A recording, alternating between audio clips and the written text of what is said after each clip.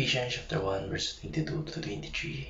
And God placed all things under his feet and appointed him to be head over everything for the church, which is his body, the fullness of him who fills everything in every way.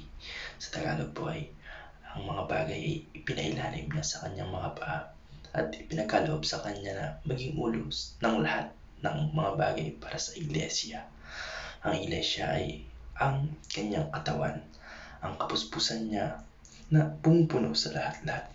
Magandang araw, medyo pangit yung aking background kasi ngayon ako na naman ay nasa-CR kasi marami ng tulog. Baka makabulabog tayo at madaling araw na. So, mapunta tayo sa ating tatalakayin na the church is the body of Christ. Yung una pong katuruan na natutuhan ko kay Pastor Russell ngayong araw ay Christ is the supreme authority of the church. Ang ating Panginoong Kristo po ay ang pinakamataas na pinuno na may pinakamalaking kapangyarihan sa simbahan. Hindi po yung mga pastor, hindi po yung mga church elders, kundi yung ating Panginoong Kristo po dapat. Kaya kung tatanungin po tayo sa church kung sino yung tinatangkilik natin, sino yung may pinakamalaking may kapangyarihan doon, kundi yung isasagot lang natin ay ang ating Panginoon sa Kristo. Siya lamang, siya dapat yung center. Ang ating Panginoon sa Kristo po dapat yung center ng simbahan. Hindi po yung mga pastor, yung mga church elders, yung mga pinakamatata. May mga hindi pala pinakatas, may mga katungkulan sa church. Kaya ipinapawatig pa nito na ang ating Panginoon sa Jesucristo yung namumuno at ang pinakamataas, may hawak ng pinakamataas na authority sa buong simbahan. At yung simbahan ay nagiging buo at ganap dahil sa pagkakaroon ng pangunguna ng ating Panginoong Jesucristo. At ito ay nagpapakita ng kahalagan ng ating Panginoon na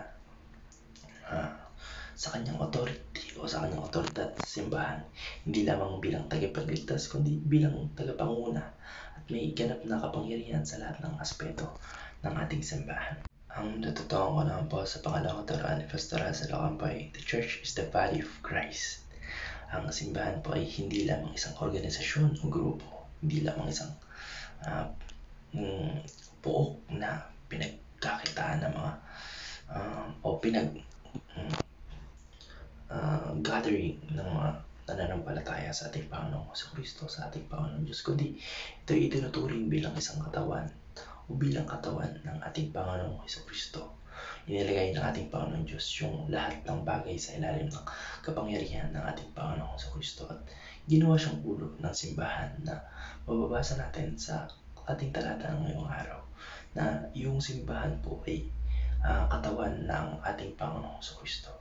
Ang simbahan po bilang katawan ng ating Panginoong Kristo ay binubuo ng mga mananampalataya na magkakasama.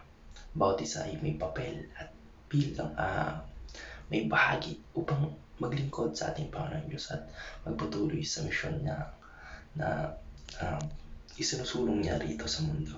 Yung lahat ay magsasamba sa ating Panginoon at yun naman po talaga. Yun po talaga yung original design ng ating Panginoon Diyos sa ating mga tao. Ibig sabihin po na ito, ang ating Panginoong Kristo, yung may pamumuno at may pinakamataas na authority, which is nabanggit nga natin sa unang katuruan.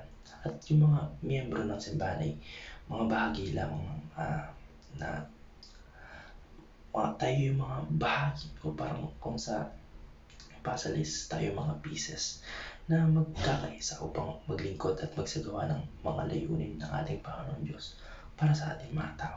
Ang natutuhan ko naman po sa pangatlong katuruan ni Pastor Russell Ocampo ay the church continues the works of Christ.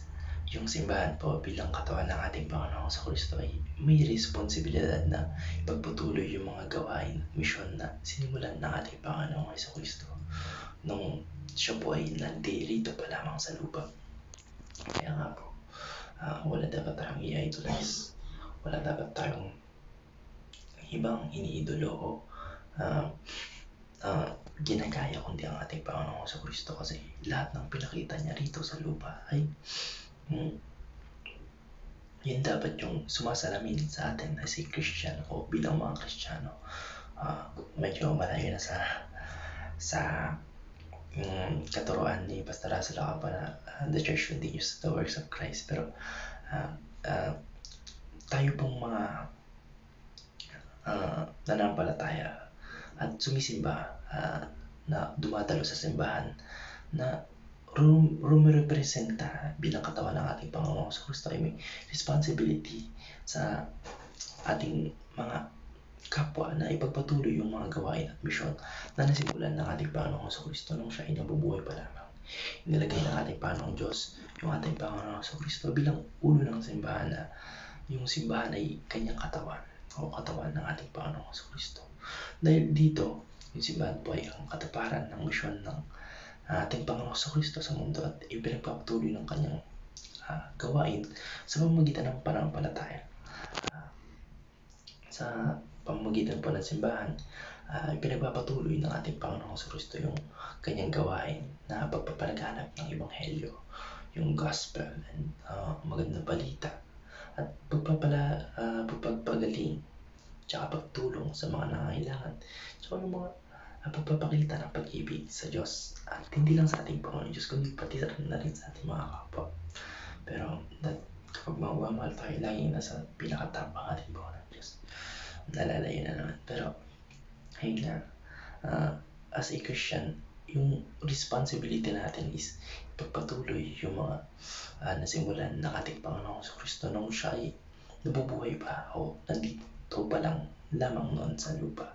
That kailangan natin yung may pagpatuloy as alagad niya at as a Christian, yung kagaya ng pagpapalaganap ng gospel, yung pagpapagaling, pagtulong sa mga nangangailangan, sa mga naabi, parang Superman. So ganun, tsaka yung pagpapakita ng pag-ibig sa ating mga kapwa, especially sa ating Panginoon Diyos. Kaya yung simbahan po ay tinawag upang maging instrumento ng pagpapahayag ng kalooban ng ating Panginoon Diyos sa mundo at upang makita ang buhay na ang buhay ng ating Panginoon Kristo sa pamamagitan ng mga aksyon at pagpapahayag natin sa ating mga pananampalataya. Tayo po yung mga living testimony, yung mga Kristiyano po tayo, mga Kristiyano, living testimony ng pagpapakatotoo natin sa ating Panginoon Diyos at sa kanyang mga gawa na nang-apekto sa atin in very good, sa mabuti, sa napakabuti na epekto. Yun lamang po. Maraming salamat. God bless.